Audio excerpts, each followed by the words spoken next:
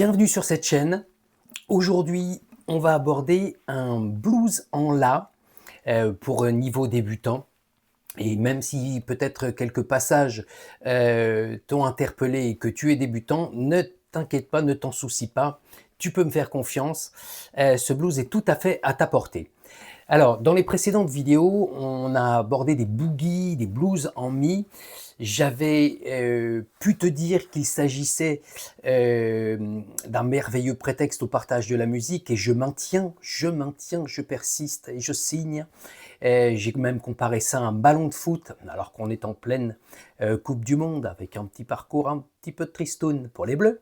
Mais bon, petite parenthèse sportive fermée. Effectivement, il s'agit d'un ballon de foot. Où que tu sois sur la planète, tu sors un blues, un boogie, et on partage la musique, c'est du bonheur. Alors, des blues et des boogies en mi, c'est une chose, mais savoir aussi les jouer dans d'autres tonalités, ça peut être très utile. Et là, un blues en La, ça nous permet aussi d'utiliser des cordes à vide sur notre guitare. C'est tout à fait à notre portée et c'est bien d'en avoir quand même quelques-uns en mi, en La, en sol, si bémol par la suite, pourquoi pas, pour que tu puisses t'adapter et profiter toujours de ces moments d'échange qui te sont proposés. Alors, on démarre avec quelque chose qui, si tu as pu le remarquer, me fait utiliser un médiator à la main droite. Tous les sens d'attaque vont être vers le bas. Hein, et tu as peut-être aussi remarqué que j'utilise le palm muting, c'est-à-dire que la paume de ma main vient se loger sur la barrette du chevalet pour obtenir un son comme ça. Hein. Si je relève, ça fait ça. C'est autre chose. Alors, tu peux démarrer sans palm muter, puis après tu peux palm mute. Alors, ce qui peut te gêner, c'est de devoir remettre ta main. Tu vois, moi je soulève ma main et à chaque fois, je viens la reposer sur la barrette du chevalet. Hein. À chaque fois, je reviens ici, ce qui me permet d'avoir de la dynamique et malgré tout, cet effet palm muté. Le blues ne démarre pas là-dessus. On a un petit triolet qui vient se loger avec un bend, un tiré de corde d'un quart de ton. Alors, on démarre avec le deuxième doigt en Do. On a Ré, Mi. Et après, on revient sur Do pour faire un quart de ton, un tiré de corde d'un quart de ton. Un quart de ton, c'est entre le Do et le Do dièse. On a une note fausse, hein. J'ai coutume de dire aussi que on dirait une vache qui meugle dans un pré, hein. Mais ce côté faux est assez sympa. Alors évidemment, il n'y a pas de pause kebab à cet endroit-là. T'enchaînes, hein, ce qui fait et t'enchaînes direct. Alors un triolet, je rappelle, c'est 3 notes dans un temps. 1, 2, 3. Hein. 1, 2, 3 et tu redémarres. Hein. Enfin, t'enchaînes en tout cas. Alors, pour ce qui concerne la suite, donc oui, je reviens un petit peu sur le tiré de corde. Le deuxième doigt, tu tires vers le bas plutôt que vers le haut. C'est plus simple. Hein. Voilà. La suite, premier doigt en deuxième case. On est en deuxième position. Le premier doigt est au-dessus de la deuxième case et le troisième ira en quatrième.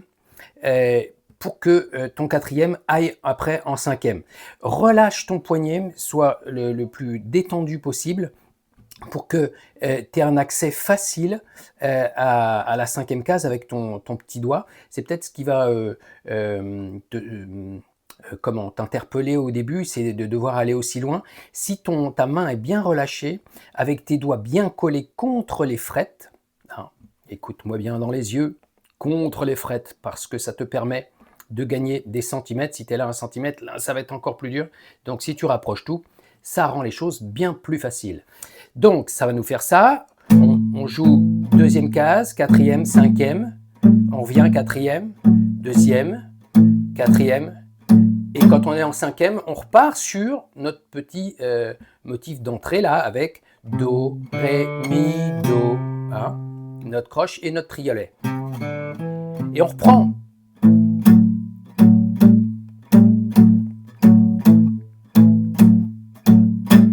c'est exactement la même chose, tu répètes ça sur 2 cycles, enfin tu répètes ça un cycle sur 2 mesures. On retrouve notre petit motif d'entrée avec le triolet et on descend d'un cran.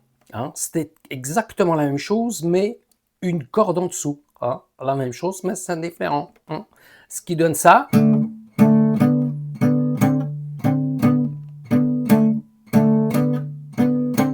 Une corde en dessous et je reprends mon motif au même endroit. Et ce qu'on avait déjà vu. Hein. Ça, c'est le début de ton blues. Ensuite, là, petite modification. Le bend va se faire sur le sol, sur la 6e corde, en 3e case, toujours avec les mêmes doigts, les tiens. Oh, c'est plus pratique. Mais le deuxième, ça va être sympa. Parce qu'effectivement, on reste en position là-dessus, donc ne te complique pas la vie. On remonte d'un cran, on fait la même chose. Sauf que c'est une seule mesure, donc je reviens sur, tu vois, le 3e doigt en 4e case.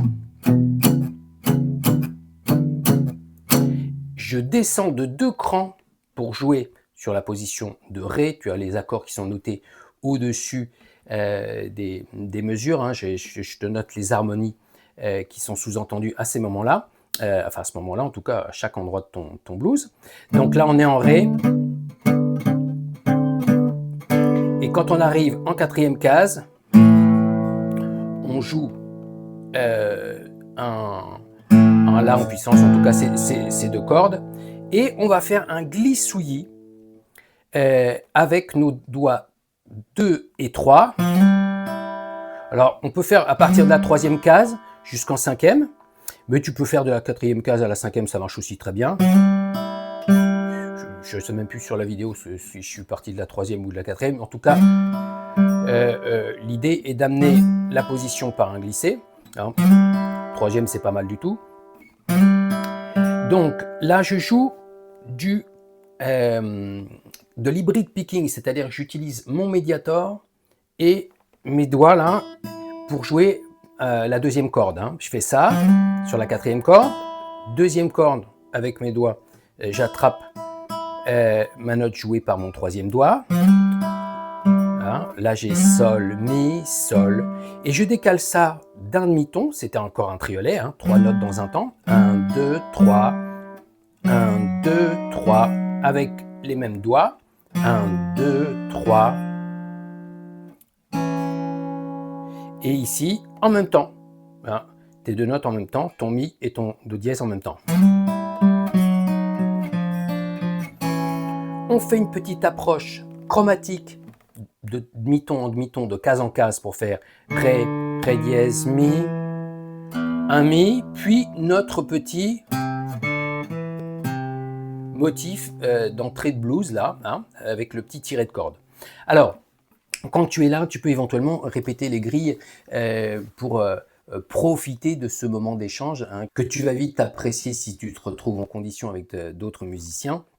L'idée n'est pas de faire une grille de blues et puis éventuellement de laisser tes copains musiciens en plan. Non, c'est d'être capable de jouer plusieurs grilles pour construire quelque chose ensemble avec basse, batterie, pourquoi pas, chant, quelqu'un qui raconte qu'il a perdu sa carte bleue et ça fait un tube. L'idée étant éventuellement un moment de conclure et je te propose un petit truc tout simple, hein. Peut-être que ça va te sembler technique ce passage-là.